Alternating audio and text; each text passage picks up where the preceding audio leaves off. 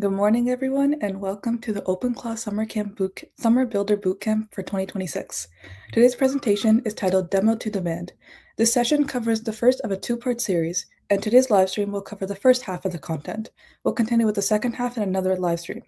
In this session, we'll be covering why a good product everyone sees beats a great product that nobody sees, how to manage belief, own your distribution, and build in public daily, proven distribution playbooks, including the Musk playbook and the Claude playbook, and an overview of the channels available to you, owned, earned, and paid. Our presenter today is Ben Wynn, the CMO at GOAT Network. Ben brings over 10 years of business and branding experience, including 3 years full-time in crypto leading brand strategy across Métis, ZKM, and GOAT Network. Let's get into part one of Ben's session. Yeah, thank you and welcome everyone. Really glad you could join. Really happy to be here. I want to start by asking a question. Have you ever built something that you were genuinely proud of and you thought was genuinely valuable, but hardly anybody ended up using it or even hearing about it? If the answer to that question is yes, then you're in very good company. That that's true for most builders. Even the best in the world get it wrong many times over, and it's usually not a talent problem in any way, shape, or form. It's more often than not a distribution problem. And the good news is that distribution problems are solvable. Um, I'm fully aware that most of you are likely to be technical founders, so you're probably developers, and marketing might feel like the least interesting part of what you're building this summer. I would like to politely ask you not to undervalue the importance of marketing. Essentially, a great product that nobody knows about isn't much use to anybody and isn't going to get any traction. It's not going to help anybody. So getting your product in front of the right audience is a crucial part of building it. And it's probably more difficult than most people give it credit for, based on feedback that I've had in the past. So I'll try not to keep you for any more than, say, an hour or so. We do have some resources available for you to take away and to read through. So, if the talk does feel a little bit long for you, there are some tip sheets, should I say, that will be presented at the end of this talk that you can go straight to and you can start applying. Hopefully you can leave here with, a handful of things that you can just start using straight away. And if you have any questions, feel free to drop them in the chat and I'll try to get to them at the end. So firstly, who am I? Why should you listen to me? Very briefly, so my name is Ben Wynn. I'm the CMO at GOAT Network. As you likely know, GOAT Network is one of the co-organizers of this bootcamp alongside, others like Metis and ClawUp. And I was kindly invited by the organizers to come and give this talk to you about growth and marketing, and very glad, as I said, I'm very glad to be here. Before crypto, I spent roughly 10 years or so in various businesses, including some of them being my own. And a large part of my focus was always on the brand side and on how the company is perceived and portrayed. So I've always had this kind of like marketing first mindset that kind of perception is everything. And we'll get into that a bit later on. But yeah, so I started. I've been in crypto for the last 3 or 4 years. I started with Metis, which one of the co-organizers of this bootcamp. I moved to ZKM, who was incubated by Metis, and then whilst I was at ZKM, I built a media company called House of ZK. So all of this stuff, it's kind of like technical and in the weeds, and I've had to spend a lot of time learning and reading and trying to get my head around exactly what all of this technology can do, how it works, what it's for, why it's important. So yeah, this has kind of been my entire headspace for the last 3 or 4 years, just kind of focused around this stuff, and in crypto in general, even longer, probably now, maybe really kind of hardcore into it, maybe 7 years or so. Um, with House of ZK, we worked with some of the biggest brands in the world. We worked with Google, Amazon Web Service. On the crypto side, we worked with the Ethereum Foundation. We worked with, projects like Polygon and Starkware, ZK Sync, basically all of the biggest ZK projects. Um, yeah, so we hosted many events all around the world, and essentially the whole, being a media company, that the whole thing is kind of marketing oriented.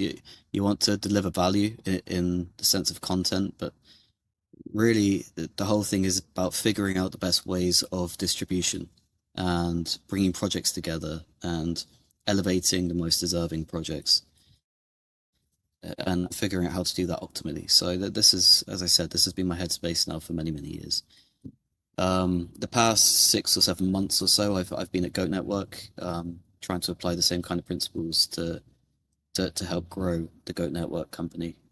But a lot of what I'll share today, it was learned by making mistakes and getting it wrong first. You got to try lots of different things, and you got to keep at the things that are working. Maybe you got to cut some of the things that aren't. But everything I'm going to talk about is field tested on real projects with real budgets, and I'll try to be honest about what's worked, what didn't, and why it didn't. But just to clarify, most of what I say here today shouldn't require any budget. You need some AI tools. You need to be using ChatGPT, the high end models. You need to be using agents. Get really, really comfortable with using these tools and applying them. But one of the tip sheets that you get at the end of this talk will go through all of that anyway. So the roadmap for this talk. So essentially, we're going to start with the foundation, which is all about finding your edge. We're going to talk about mindset, positioning, messaging. We're going to go into case studies. Going to talk about SEO, GEO, AI workflows, as I just mentioned, the social side, community side, paid advertising, and we're going to finish with like a 30-day plan that you can start running straight away. On that note, I do want to just say a little word about consistency. So as I said, nothing that I mention is going to need much of a budget, but what it really, really does need is consistency. Like you do need to put some time into this every single day. You need to show up every single day. I understand that being technical founders, and probably likely most of you are one-person companies at this point, and you're going to be putting most of your time into building and optimizing your product.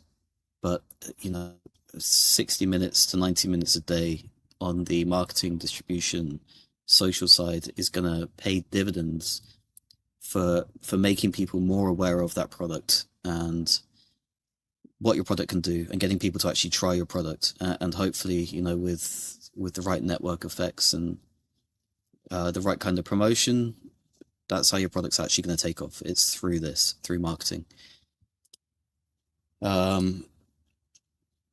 So let's start really with why this session exists. I mean, I've just gone into that, but to go a little bit more deeper, most AI agents, they never make it past the demo stage. So that's literally the founding premise of this bootcamp. You've got a lot of people trying to build in this space.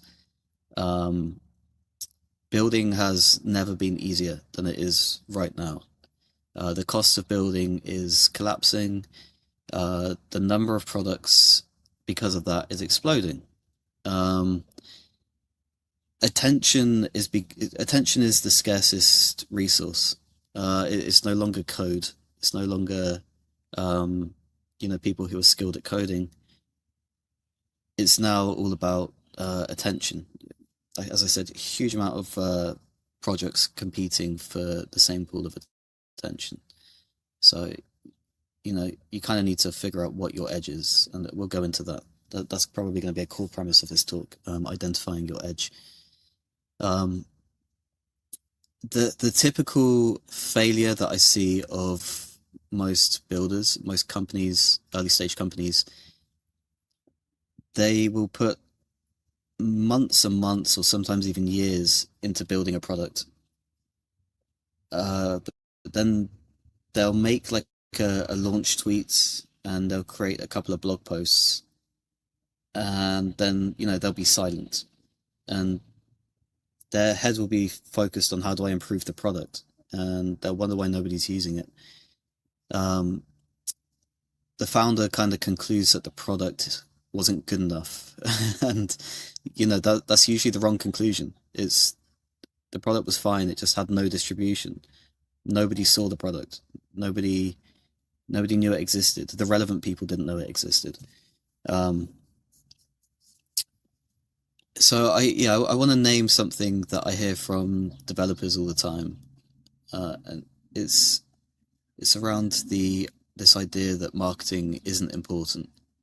I hear developers say I don't have time for marketing, and in my experience, this usually reads to me like an excuse. More often than not, they just don't know where to start, and they're avoiding all of the problems that come with marketing and all of the difficulties that come with marketing. If it's an area outside your expertise, it feels uncomfortable, and so it drops to the bottom of your priority list. I think this is human nature, but what I'm really the reason I'm really harping on about this is because you really need to take marketing seriously. This is in my honest view, and I may be biased because this is my profession somewhat, but in my honest experience, the difficulty associated with building a company has actually flipped. Development is easier than it's ever been. You have very non-technical people with very good ideas who can now implement them with Claude Code and all of these other AI assistant resources. And it's the same with marketing. I mean, Claude can do a lot of the work on the marketing side, but it still needs, the same as it does with development, it still needs real oversight. And it carries two extra problems that building a product simply doesn't have. So when you're developing a product, the thing you're building, you're trying to make it as good as you can. That's pretty much your single North Star. In marketing, the artifact, which could be the article, the video, the social post, that's just the beginning. But the problem that you've got is distribution, and getting people to actually see it and care about it. It's like this multifaceted problem that you need to tackle. You need to do more than just send out content on a social platform or two. And then you also have the problem of brand perception. So what all of it adds up to in people's minds over time. So people will essentially see your brand in various ways, and how they see it is determined largely by things like where they see it, what it's associated with, who it's associated with, who has spoken about it. There are so many elements that go into brand perception. So yeah, all of these different problems in marketing are stacked. So marketing is far more valuable and far harder to get right than most people give it credit for, which is exactly why the people who do it well stand out so much. And that's what today is for. So by the end of this session, hopefully it won't be so much outside of your expertise. And like I said earlier, 60 to 90 minutes a day can give you a really solid baseline for marketing and distribution. So for me, there's no excuse not to make time for this. Extremely important. So yeah, this quote at the bottom of the screen, a good product everyone sees beats a great product that nobody sees. there's kind of like an uncomfortable truth to that. Um, it it's not necessarily fair, but this just is how markets work. People can only respond to what they see. So yeah, this session is all about making sure your work gets seen. Uh, so yeah, the first thing I really want to dive into is about finding your edge. This is the foundation. Before any mindset, before any channel, before any tactic, before any kind of implementation, I really want you to think this over. Um, this is what I consider to be the fundamental job of the marketer is identifying the edge of your product, of your company, the thing that your project can credibly win on. Um, and yeah, so here's why it comes first. So very rarely is a product a complete unicorn, something that nobody else can build, and nobody else can distribute. There's usually many similar products and many similar projects out there. There may be to yours, that there are to ours. There are to the Goat Network. There are to ZKM and our ZKVM. There's many similar projects, and there's many similar products that do very similar things. Um, so we're now in a time where AI has collapsed the barrier to doing all of these things. So essentially, everybody's trying to do it. That's what it feels like, anyway. One person with the right tools can do the work of many people, whether it's coding, marketing, and often they can do it better. So that means that the lookalike projects, they multiply even faster. Um, that doesn't make the ledge less important. That kind of makes it the whole thing. You really need to find an edge, um, when you're building a company. So where does that edge live? Sometimes it can be in the product itself. I think Claude is probably the cleanest example that always first comes to mind. A genuinely superior product to many of its competitors, does genuinely helpful things, helps a lot of people in a lot of ways. It's carried by a really incredible distribution engine, that gets it into people's minds and it gets it into people's hands. And we'll look at that later in one of our case studies. In other cases, there's many similar products, and their edge may be in branding and association. So one brand that might be seen next to things that people appreciate and rate, and through that association and through that kind of simple repetition, people come to see it as being the best brand. Um, so edges live in other places too. They can live in distribution, community. They can live in the speed at which you build something. They can live in the amount of time and focus that you give into something. They can live in the fact that you've managed to win over trust through various means, having the right people speak about your product. And these things can also be combined. That they stack, and you rarely, well, you rarely need more than one or two seriously strong edges. If you can find an edge, you really need to appreciate it. Don't take it for granted. Go all the way with it. Um, so yeah, this is essentially the first thing I would like you to actually try to go away and do, or even do it now as we're talking. Um, think through hard what your edge is, what the edge of your product is, what the edge of your company is. Try and write it down in just one or two sentences. Um, and if you can't do that, then that's the first problem that you need to solve before you do any marketing. Why should anybody come to you? Why should anybody use your product? Why should anybody care about your project? You need an edge. You need to figure this out. Um, yeah. So I think I'll just make one more point here. If you are lucky enough to have a killer edge, something that really makes people take your product seriously by default, you know, then you're at a serious advantage, and it's extremely rare to have that. Most companies and most products don't have it. So if you do have it, the worst thing you can do is take that for granted, and think that that's just going to carry you and that's always going to be there. You need to recognize it, you need to appreciate it, you need to nourish it, and you need to take full advantage of it.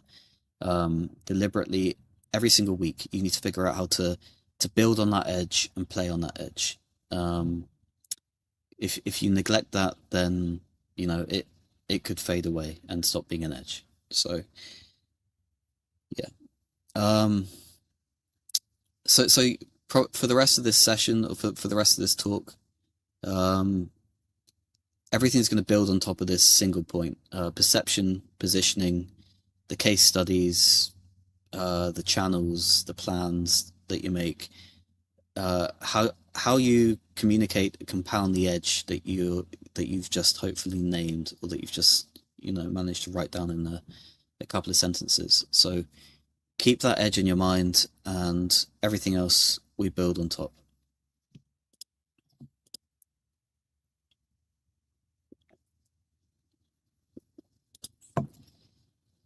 So yeah, here, perception is everything. So some time ago, maybe a few years ago, I came across a quote from Elon Musk. It may have been through watching a documentary or something with him in, and he severely criticized one of his closest staff, and he said to them, "Don't you realize that perception becomes reality?" Or something about that. But anyway, this is an actual quote from Elon Musk. Brand is just perception, and perception will match reality over time. Sometimes it will be ahead, other times it will be behind. I think there's a huge amount of truth in that. And let me try and unpack that a little bit, because yeah, that's doing a lot of work. Most people think brand means logos and color palettes and the style of writing, and it doesn't. That doesn't encompass brand at all. Brand is what people believe about you, believe about your company. You are just as much a brand, the brand, as your company is. And brand is just, it's all about that outside perception, what people believe to be true about you and your company.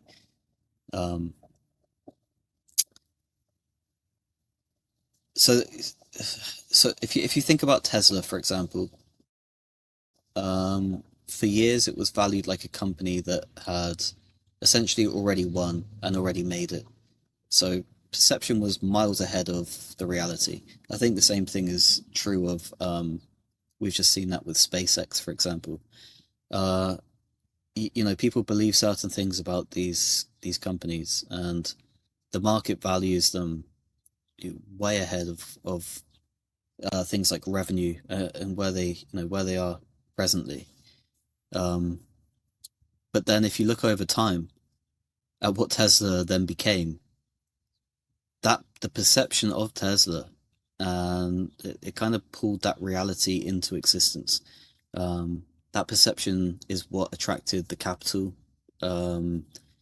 It's what attracted the talented workers. It's what attracted the customers who bought the products. So the perception initially was way ahead, but the reality, it caught up. So yeah, Elon Musk, he's a genius, absolute genius when it comes to this particular playbook. So if you put that on the flip side, a brilliant product that nobody's heard of, that perception is running behind reality. I can think of a lot of projects like that currently in the crypto space, for example.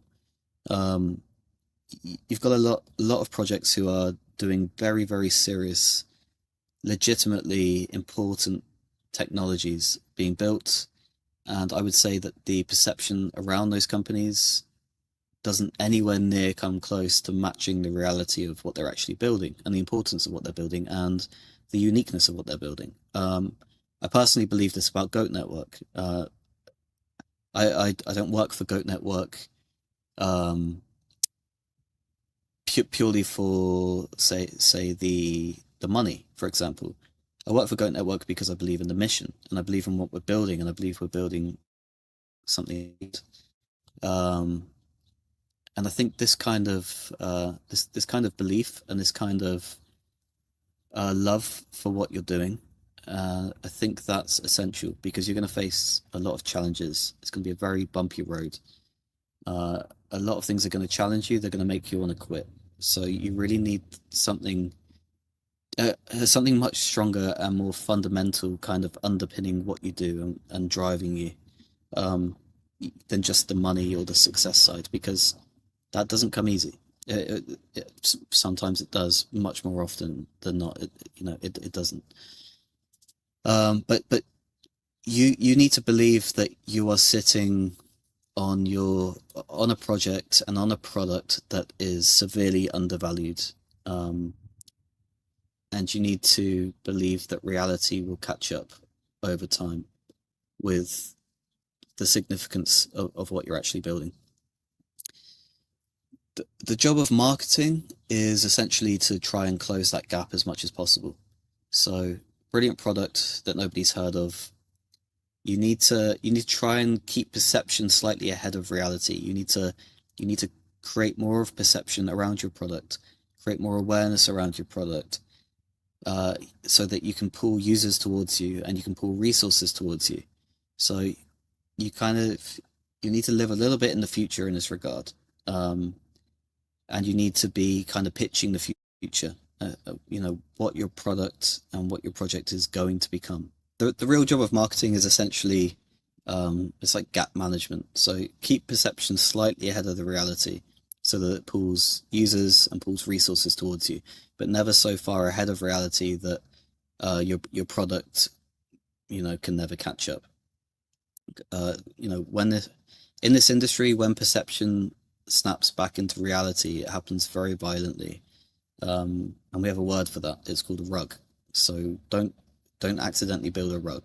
Make sure that you keep the gap between perception and reality small and honest. There needs to be, there needs to be a perception of your project and your product that is a little bit in the future, creating anticipation and excitement for what it's going to become. But don't make the gap so big that you can't deliver on that promise. That's important. Three more foundations. So I'll try and be quick with this. So early on, you are the brand. Nobody can evaluate your product yet, so they have to evaluate you, your conviction, your consistency, your know-how. And the second thing, as we talked about earlier, consistency in this industry compounds. It matters a huge amount because sentiment swings very quickly in both directions.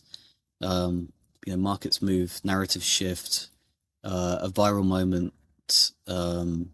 Things can look very, very different in even just like the space of a week, both good and bad.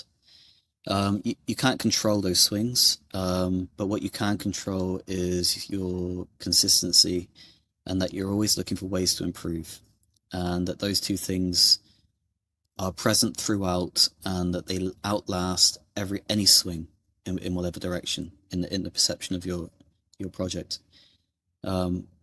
Most people they quit early, which is it usually takes time for your efforts to start compounding, and when you're not seeing any results from your efforts, of course, you may feel like quitting. But again, this is why you need to kind of underpin this. This should all be underpinned with a motivation that goes far beyond the results as such. You need to believe in what you're building. So another, so another kind of like mindset principle. And this, this doesn't cost anything. None of this costs anything. This is kind of laying the groundwork for before you even start doing anything on the marketing side. When it comes to learning about human attention, study yourself. You are also a consumer. So every day you go on Twitter, maybe you You scroll past hundreds of posts, you ignore various adverts on the TV. You may abandon signing up to something halfway through the process, and you may start the process of buying something and then, yeah, again, stop halfway through. You can kind of observe your own behavior and the forces driving that behavior, and you can apply the learnings from that to how you do things. If you're at a checkout page and it feels complex, and the UX just feels so terrible that you don't want to carry on, you know, you other people are probably finding the same thing. So you're always carrying in yourself and your own behavior. You're always carrying market research. Um, it's always available. It's always around you. It's happening all the time. And most people never actually look at their own behavior in that way. So yeah, try and learn from yourself. Um, figure out what made you, when you're scrolling through the Twitter feed, figure out what it was that made you stop at that particular post. Why did that post work on you? Figure out what you last paid for. What products you last used. What actually convinced you to try those things and to pay for those things. What features? Was it an impressive demo? Was it somebody that you trusted recommending it? Look at as I mentioned before, look at the things where you're signing up and you abandon it in the sign up process. Figure out which step it was that you abandoned that process.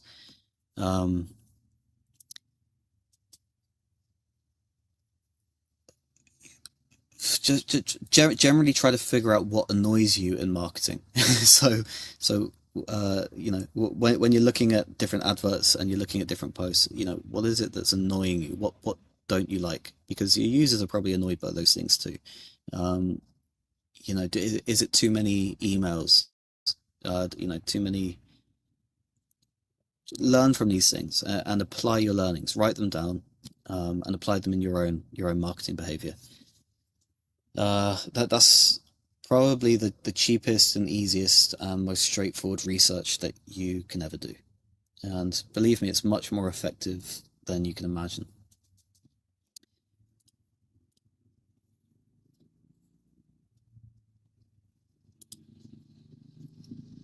So yeah, marketing runs on this inspiration. I already touched a little bit about this, so I won't harp on too much about this. But something I do wanna push on is ideas. Um, there's generally a process of inspiration in marketing. You don't have, like I said, nobody has all the answers straight away. Um, it's kind of like a journey, like a process. And it's not like you get the answers by sitting down and just trying to think about them and try answers form whilst you're consuming. So whilst you're reading content, whilst you're scrolling, whilst you're watching a video, whilst you're seeing what other projects are doing, you know, whilst when you see what other people are building, when you see other people's replies, when you're replying to people, when you're launching things, you kind of just get these moments of inspiration. Um, so when you do kind of get one of those moments of inspiration, don't let it pass. Write it down, act on it, do something about it there and then. Time allowing. Um, those are kind of like the insights that will drive your entire marketing process. They will form the basis of all of the different verticals that you go down. Yeah, I don't want to go too. I've got some notes here, but I think we're already running well over time, so I'm going to try and skip a few things that may not be so relevant. Yeah, okay, but let's move on to the next slide. So perception through partnership. So yeah, this is a really important one actually. Somebody sees your project associated with Google Amazon, in a serious way, they're going to have an immediate perception of your project that it's something good. Um, so this kind of perception through partnerships this is a really big one. You need to try to build relationships, um, and use this as much as you possibly can. And I've used this firsthand. This was a huge amount of my work with Houses EK was through building perception through various partnerships, not only for my own brand, but for the brands that we worked with and bringing different brands together. That was a very large part of the work, actually.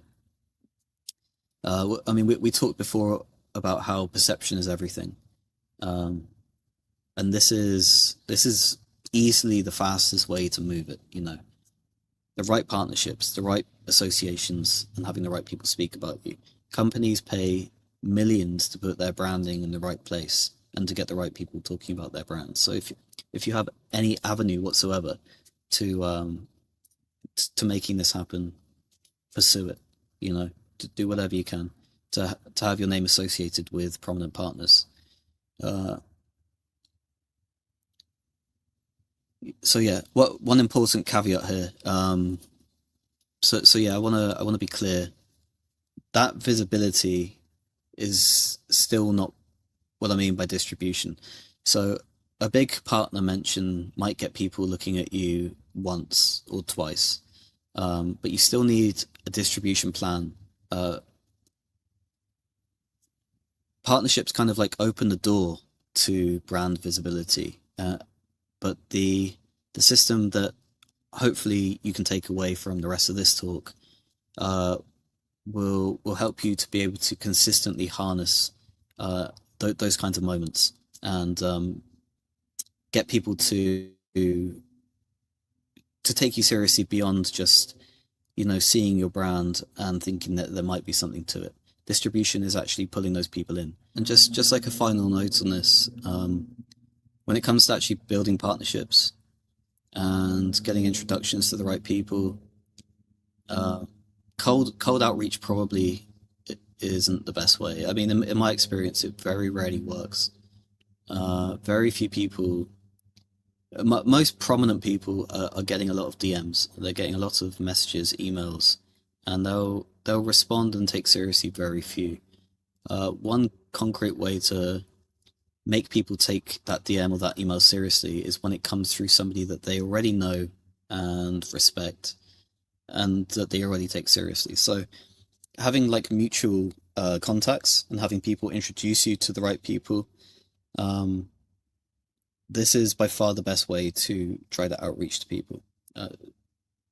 You by orders of magnitude, increase your chances of getting a response by doing it this way than via cold outreach.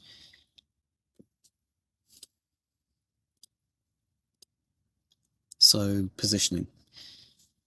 So yeah, the highest leverage marketing decision that you will make, at least in the beginning, it isn't technical. It's asking, who exactly is my product for?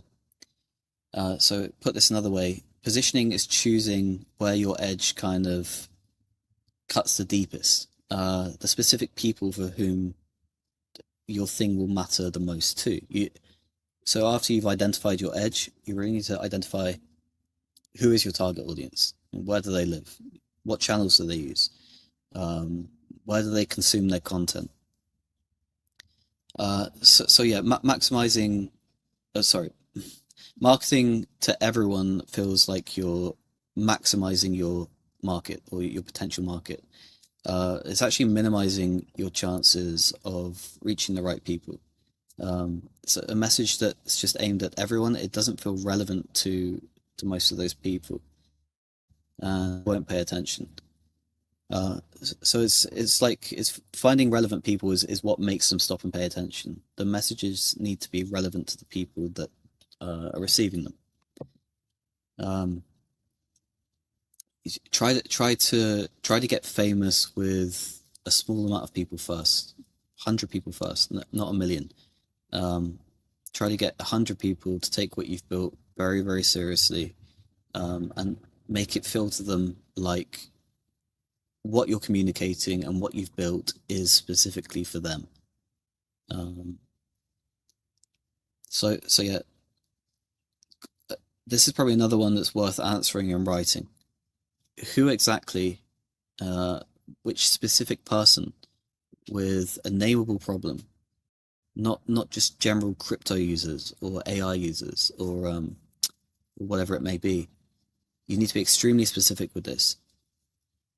What is it that costs them time and money today? What that you're kind of what problem are you solving? And going back to the edge thing, why should it be you that solves it? So what can you credibly claim that others can't? If you're trying to explain your product, I mean, look at the funnel on the right here. You're trying to explain your product and you say it's an AI agent, and this is vague, doesn't apply to anybody. It applies to everybody, but at the same time, it doesn't apply to anybody. If you say that you're building an AI agent for traders, okay, it's still very broad, and people don't specifically know that what you're building is relevant to them. There are lots of these products, as I mentioned, but if you say your AI agent auto rebalances DeFi yield for busy degens, well, you're suddenly explaining your target audience very, very clearly, and when they see your messaging, they will know that it's for them.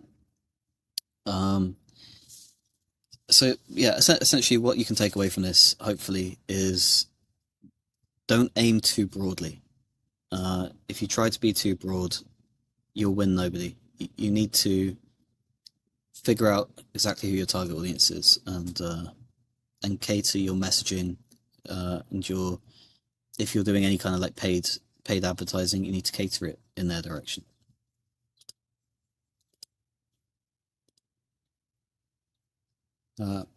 So yeah, one sentence that does the heavy lifting.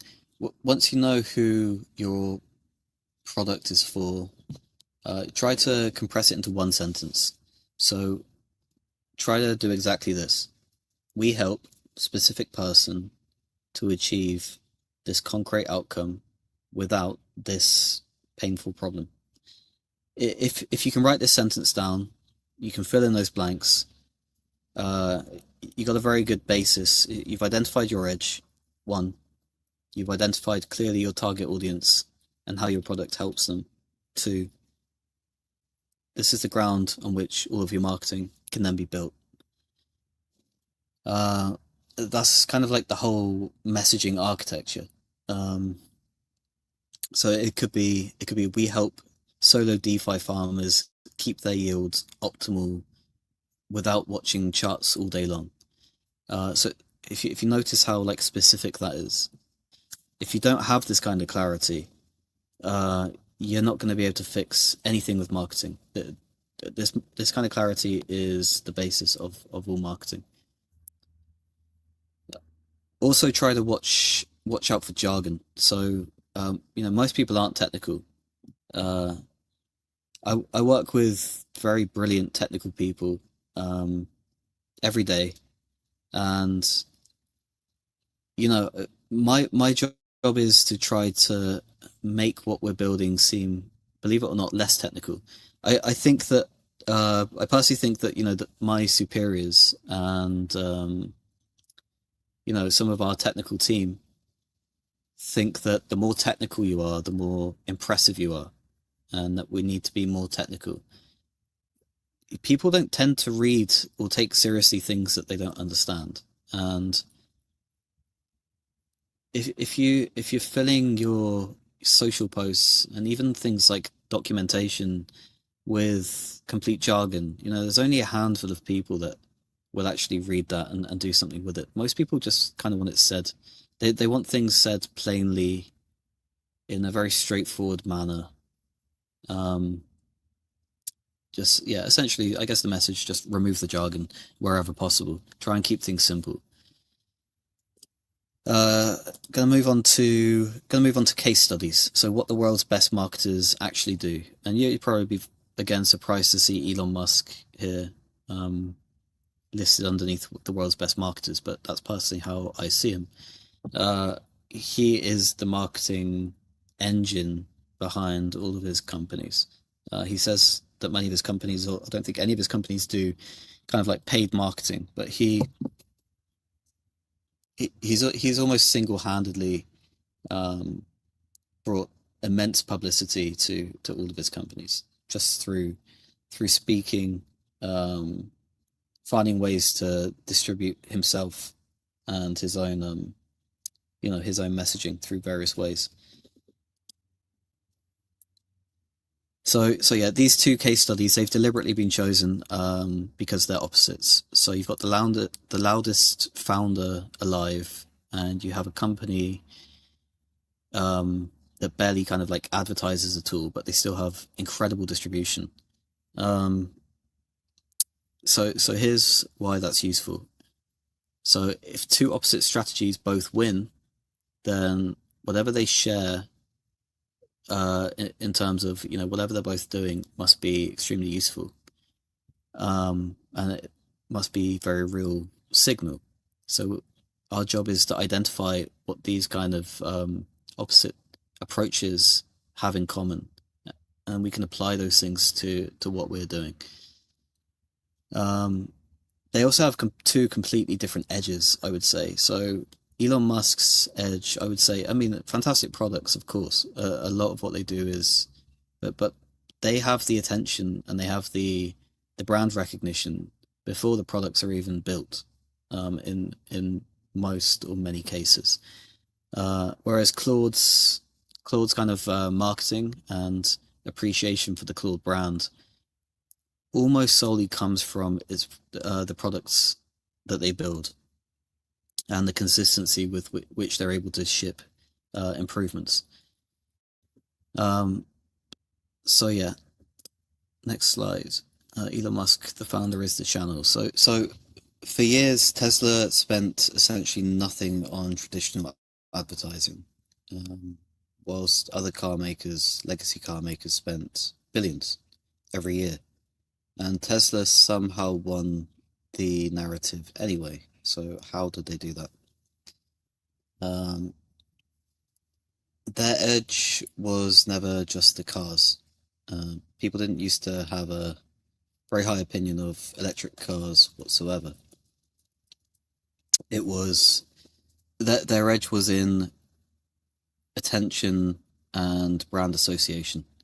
So the ability to make the whole world look at whatever Elon Musk pointed to. So Elon Musk essentially became Tesla's entire distribution channel, and arguably still is. So there's four things here worth looking at. Tesla essentially have a near zero advertising spend. They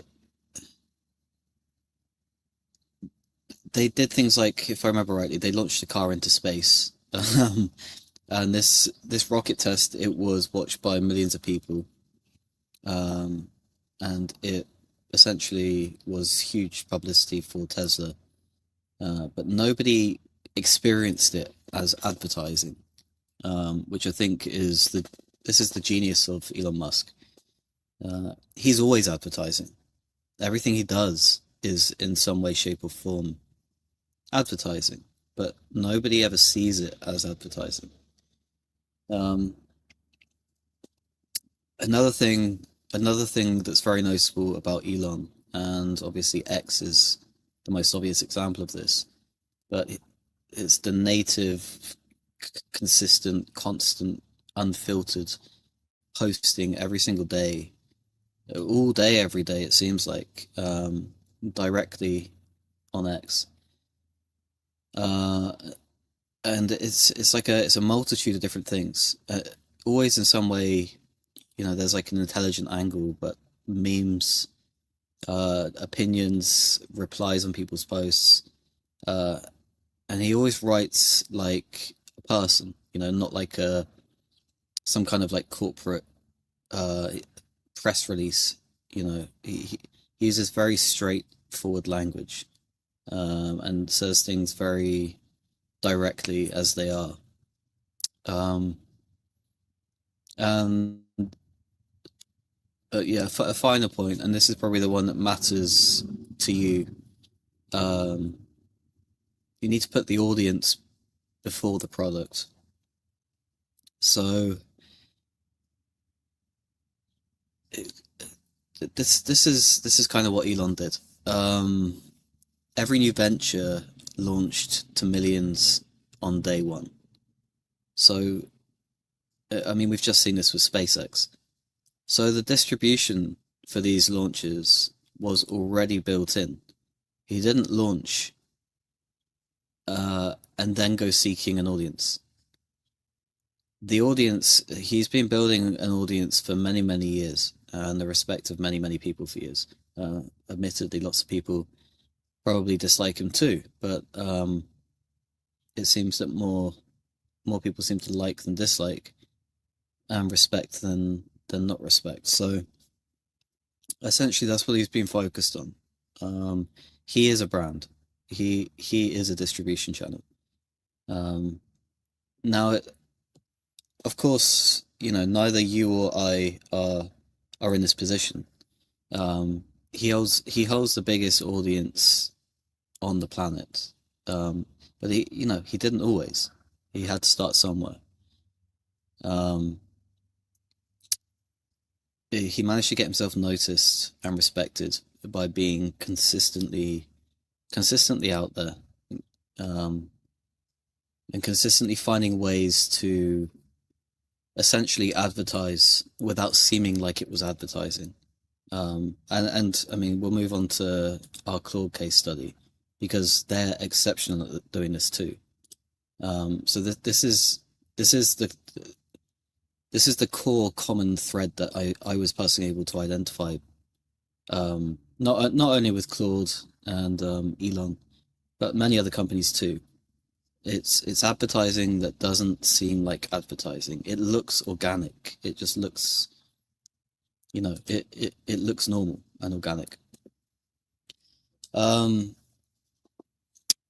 Claude's kind of seems like it has a very different kind of personality. Where I mean, I don't think I think the product got big before the founder, um, far before the founder. Before people kind of really became aware of Dario, and it kind of happened in reverse to how Elon builds his companies, where it's kind of like distribution and awareness first, product kind of a little bit later, it seems. Um, Claude, which is, as you know, Anthropic's LLM model, rose to the top of the AI market with barely any mass advertising in its early years. So the question is, what was driving that? Their edge came from just having a very, very clean product. Um, right from the foundation, it was genuinely better at doing the job that many, many people wanted, than other LLMs in its category. Um, and it was carried by distribution that they built deliberately. In the same way that kind of like Elon. Well, so with Claude, it's more like the product. The product is the campaign rather than the person. The product is the campaign, but that they're able to get many, many people through various means. I mean, a lot of them are paid means, but they're able to get many, many people to endorse their product and to get other and to essentially advertise their product for them, which in turn gets other people using the product, loving the product, and endorsing the product. And it's just kind of like this there's this huge network effect that they've got going on. Um, and they managed to put it in the right places in front of the right people. So mainly developers with Claude Code being the most obvious example. So the developer gets like an impressive result from Claude, shares the result on socials or in his or her network. That post then works as an advert as such for Claude, and the advert recruits another developer or another set of developers, so that the product being so good generates its own marketing. Uh, so yeah, it's just this like incredible flywheel effect. The second thing that they took a brand position that nobody else really held, which was around kind of like safety and honesty, and they never really deviated from it. So even even their recent uh, you know what look like security issues with Claude, doing things that it shouldn't be doing, um, escaping sandbox environments and whatnot. Anthropic will always tell you these things.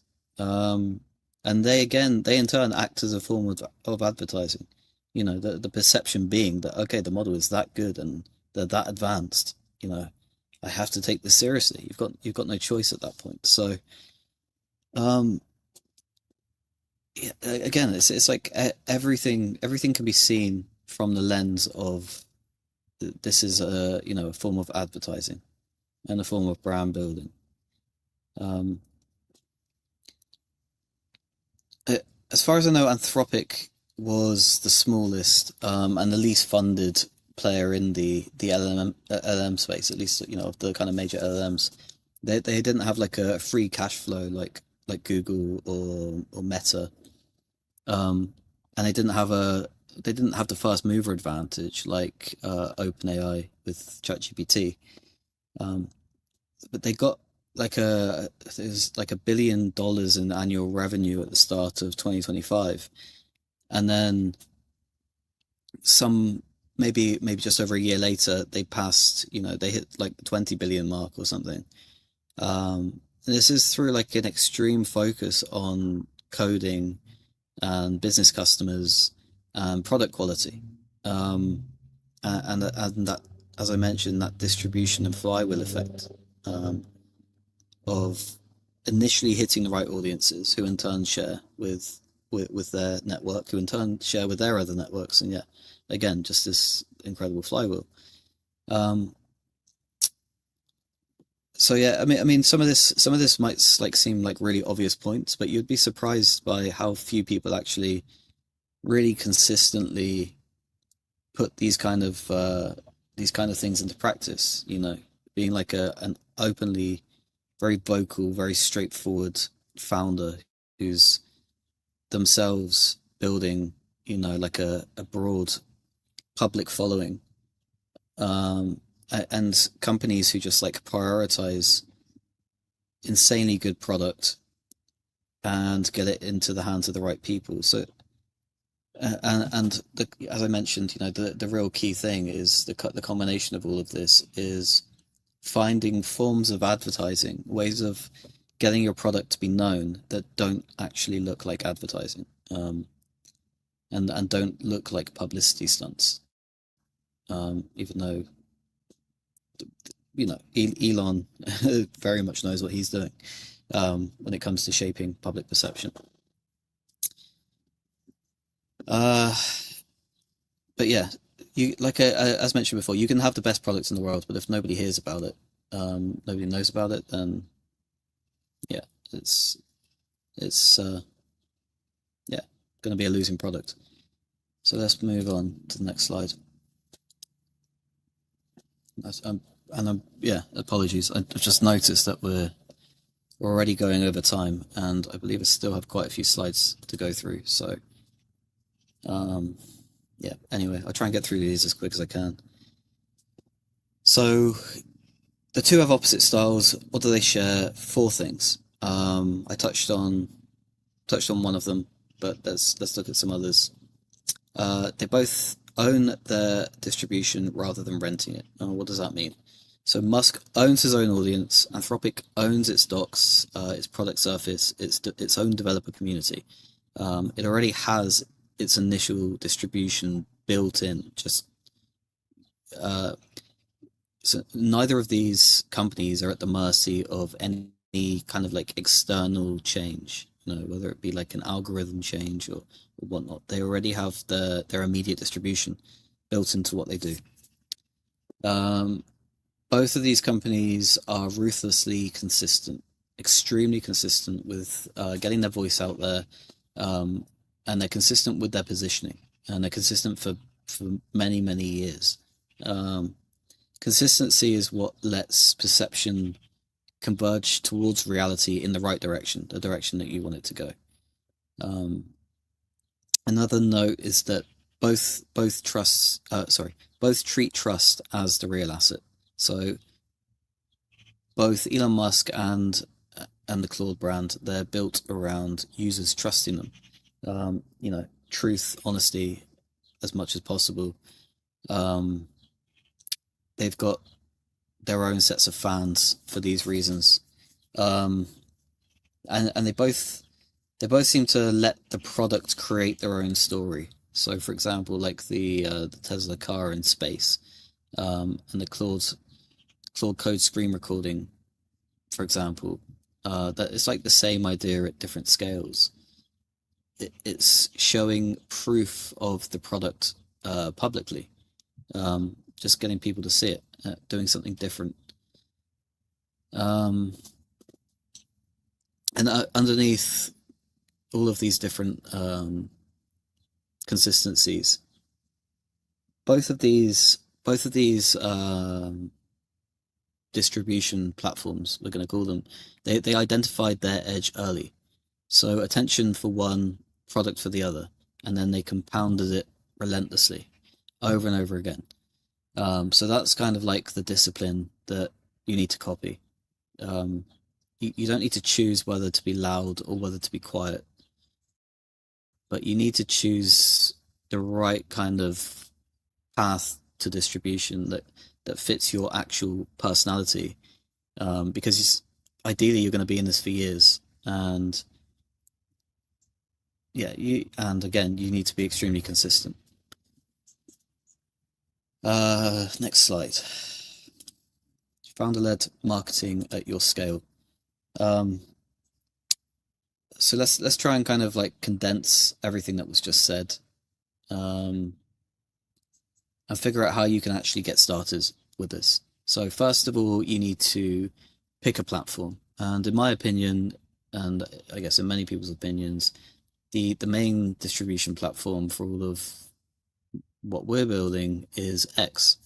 So you're better off concentrating on a single platform that has, a huge audience that's relevant to you, than to try and go through, many different platforms, TikTok, YouTube, all of these other ones, and kind of like overwhelm yourself. If you have a big team that's able to kind of take care of all of these things, or if you're able to find the right software. Fortunately, I haven't found anything that's able to kind of take care of all of this like automatically. But I personally advise to just like really focus on a single distribution platform as much as possible. There may be overlaps, maybe, X posts can also go on LinkedIn or whatever. But yeah, just do something properly. Don't try to do lots of things badly. Another point, try and build as much as you can in public. So ship logs, ship metrics, definitely ship new features. Even ship your failures, as we talked about with Anthropic. Shipping your failures is some of the most credible content that you can produce, because nobody fakes that kind of stuff. Why would they? So it's all about winning trust from your readers and your users. So yeah, the third point, it's all about opinions. So giving opinions rather than just making announcements. When you're announcing something, you're kind of like asking people to care about you. But when you're giving an opinion, you're actually giving them something to think about. You're potentially giving them an opinion that could become their own opinion. It could become something important to them. So it's something that they can think about and they can share that. So opinions hit much harder, go much deeper, and spread much further than announcements do. So develop views about your kind of corner of the industry and say it plainly and say it consistently. Fourth point, so try to engage before you broadcast. So 30 minutes a day of writing kind of like genuinely thoughtful replies um, to maybe posts on like accounts that are relevant to your niche. If you're putting out good replies, you're kind of borrowing the distribution that these big accounts have. Some or even many people may read these replies, and if you're giving good opinions in these replies, people are going to follow you. People are going to take you seriously. You essentially get to reach their audience at zero cost. So that's like the cheapest reach available. And to be honest, I'm guilty of this too, but many people do this consistently. It's very easy to kind of like forget how much of an impact this single thing can have. So it's finding the biggest distribution channels in your area, in your niche, and giving fantastic, replies and opinions, authentic, but just give people things to think about. Give people opinions that they may then adopt as their own because of the soundness of the logic, or it's just something that people didn't know before. Another point I would like to make is about documenting things. So try to document everything. Try to document today's debugging session, because that can then in turn become content. So there doesn't need to be this kind of like huge distinction between your developing and your marketing. Things that you're doing in your developing, whether it's debugging, whether it's an idea about the feature, or whatnot, these things can go into your marketing, and it's almost like ready-made marketing. And LLMs can help kind of like turn this side into content that's ready for the socials. If you build all day, you're potentially creating fantastic content all day simultaneously. You just need to write this stuff down, and most people don't. And none of this stuff costs money. It all costs consistency, and it all costs putting 1 or 2 hours, that little bit of extra thought, a little bit of extra effort, every single day, and that effort will compound. And this is the reason why it doesn't work for most people. It's because they don't do it consistently. People try, they see it's not working after 2 weeks or 3 weeks, and they give up and they stop doing it, or they're inconsistent. So they're not. It's like they're not always showing up. You need to show up. You need to show up every day. So next slide.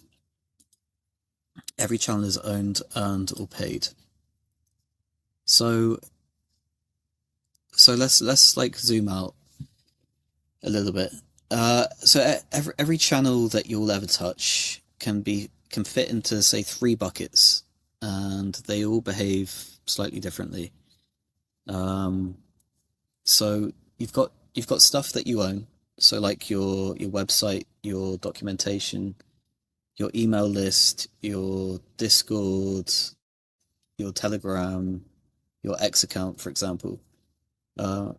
These are all assets, because in rare cases maybe so, but in ordinary cases, no algorithm change can take these things away from you. And the platforms, that they're unlikely to go down. They're well established. So especially your email list, that's like it's the one channel where you can press send, and everybody is going to actually receive it. People are going to see that. So treat it accordingly, and treat that importantly. Another bucket is so you have the things you own, then you have the things that you earn. So social reach, word of mouth, search engine optimization, generative engine optimization, SEO, GEO, press coverage, media coverage. So in the beginning, obviously, you're going to need to keep it cheap, likely, in all likelihood. It's going to go quite slow, but efforts in these areas will compound. Um, and you also have like the paid stuff essentially. So things like ads and sponsorship. I mean, X ads are fantastic for reaching a wide audience. Again, there is a tip sheet at the end of all of this, so that will give like very concrete tips on how to use things like SEO tips, geo tips, paid advertising. Um, but yeah, these are kind of like the different buckets, and you kind of need to like sequence them depending on which stage you're at within your build. So you want to really like hammer hard first of all on the things that you own. Really build up your X account, your Discord, your Telegram, your email list, things like that. Um, and then in the future you can like farm the earned stuff, and you then only kind of like put money into things that are gonna kind of take what you've built to the next level in terms of like the stuff that you've the stuff that you own and the stuff that you have earned. The paid will then take that to the next level, so that comes a lot later. um I do want to touch quite heavily on SEO. um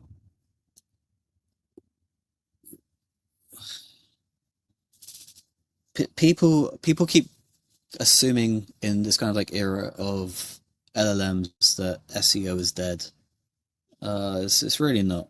Um, it's changed for sure from what it was many years ago. It used to be kind of like a core driver of how people found things through search engines. It still is, but obviously less so now. People are using LLMs as search engines, but it's still one of the best compounding assets that a small team can build. So a page that you write once that keeps bringing visitors every single day for free, as long as it stays relevant, that's huge. People are still using Google. Um, yeah, people are still searching for things. So utilize search engine optimization.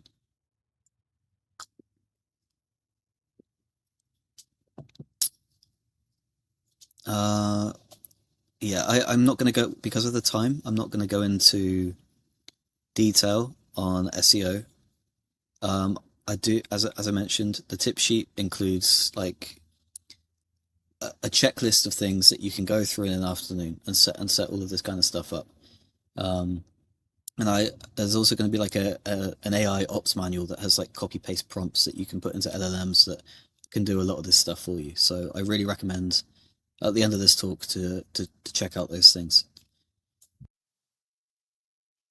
But yeah, since we've already gone well over time, I think I still have a very long way to go. There's still a lot of slides left to go, and I've got a lot left to say. So we're probably going to wrap it up here for now, and then we'll continue this session probably towards the end of next week. So I guess we can consider this a part one, and then part two of the growth and marketing workshop will be coming somewhere towards the end of next week. So look out for ads on that. But yeah, thank you very much for listening, and we'll continue this soon.